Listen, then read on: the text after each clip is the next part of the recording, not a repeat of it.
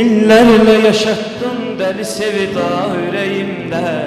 Bir sevgi coşup çağladı derya yüreğimde. Qəbr evine gidincen yaşayar ta yüreğimde.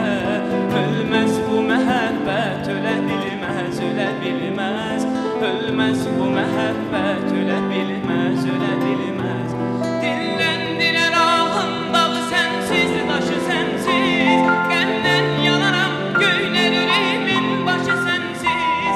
Sen gelmeyen ecen tükerim gözyaşı sensiz. Sensiz üzüm ey gül gülebilmez, gülebilmez. Sensiz üzüm ey gül gülebilmez, gülebilmez. Ölmez bu mehabbet, ölebilmez, ölebilmez.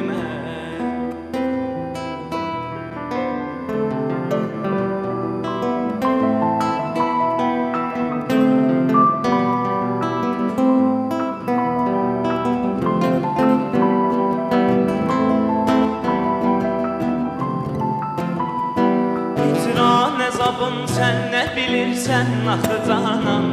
Şam tek məni yandırmadadır ateşi hicran.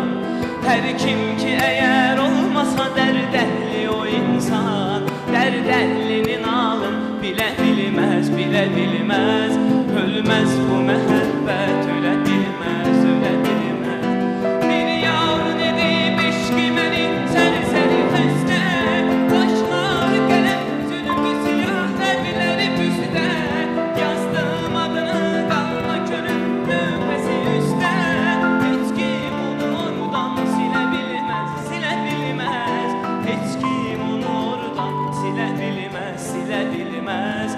Ölmez bu mehabbet, öle bilmez, öle bilmez. Ölmez bu mehabbet, öle bilmez, öle bilmez. Ölmez bu mehabbet, öle bilmez, öle bilmez.